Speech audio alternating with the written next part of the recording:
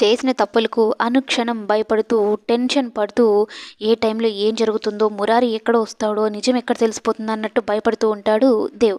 ఇక తలుపులు తట్టిన సౌండ్ అయితే రావడంతో ఇంకా టెన్షన్ పడిపోతాడు. ఎందుకైనా మంచిది రివాల్వర్ చేతిలో పెట్టుకొని బయట డోర్ని ఓపెన్ చేసి పెడతానని అయితే అనుకొని డోర్ ఓపెన్ చేస్తాడు. తీరా చూస్తే ముకుంద. ఏంటి ఈ టైంలో వచ్చావు అన్నట్టు దేవ్ అడుగుతాడు.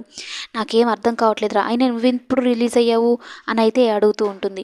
ఇక నాన్నేడి అంటే, నాన్న ఎక్కడొక్కడ ఉన్నాడులే, అసలు చిన్నప్పటి నుంచి మనని పిల్లల్లాగా ఏమైనా చూశాడా, అసలు పిల్లల గురించి ఏమైనా ఆలోచించాడా అని అయితే అంటూ ఉంటే, నా ముందు నాన్నని తిట్టవాకరా నువ్వు అని అయితే చెప్తూ, నాకు మురారితో పెళ్ళి అవుతుందో లేదన్న డౌట్ అయితే కలుగుతుందంటే, నువ్వేం డౌట్ పడకు, నీకెందుకు, నేను రేపు వచ్చి మురారిని కలుస్తాను అని అయితే చెప్తాడు. ఆ పని మాత్రం చేయకు దేవ్, నిజం బయటపడిపోతుందేమో అన్నట్టు ముకుంద టెన్షన్ పడుతూ ఉంటుంది. కాదులే, ఎప్పుడో షాక్లో ఉన్నప్పుడు నన్ను చూసుంటాడు, రేపు అసలు నేను వచ్చి మొత్తం కథ నేను నడిపిస్తా కదా, అసలు కథ ఎలా మలుపు తిరిగిపోతుందని నేను చూపిస్తానన్నట్టు ముకుందకి చెప్తాడు దేవ్.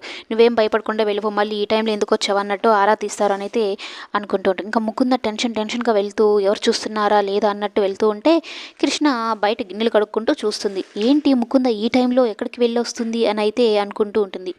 ఇక ముకుంద లోపలికి వెళ్తూ ఉంటే భవానీ పిలుస్తుంది. ఏ ఆగు, ఎక్కడికి వెళ్ళావు ఈ టైంలో అన్నట్టు అడిగితే ముకుంద కాస్త టెన్షన్ పడుతుంది. ఎందుకు అంత కంగారు, ఎక్కడికి వెళ్ళావు అంటే, కంగారు పడుతున్నావేంటి అని అయితే అంటూ ఉంటే, కానీ ముకుంద భవానీని ఒక రేంజ్లో కంట్రోల్లో పెట్టుకొని ఉంటుంది ఎమోషనల్గా.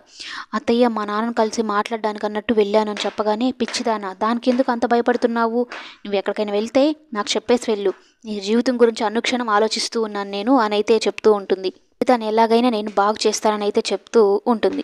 మొత్తానికి చెప్పుకోవాల్సింది ఏంటి అంటే, ముకుందాని పిచ్చిదన్నది ఈ భవాని, కానీ అన్ని రకాలుగా పిచ్చిదాన్ని భవానీని చేస్తుందని ముకుంద, ఈ భవానీకి అర్థం కావడం లేదు. మరి ఎప్పుడు తెలుస్తుందో ఏమో.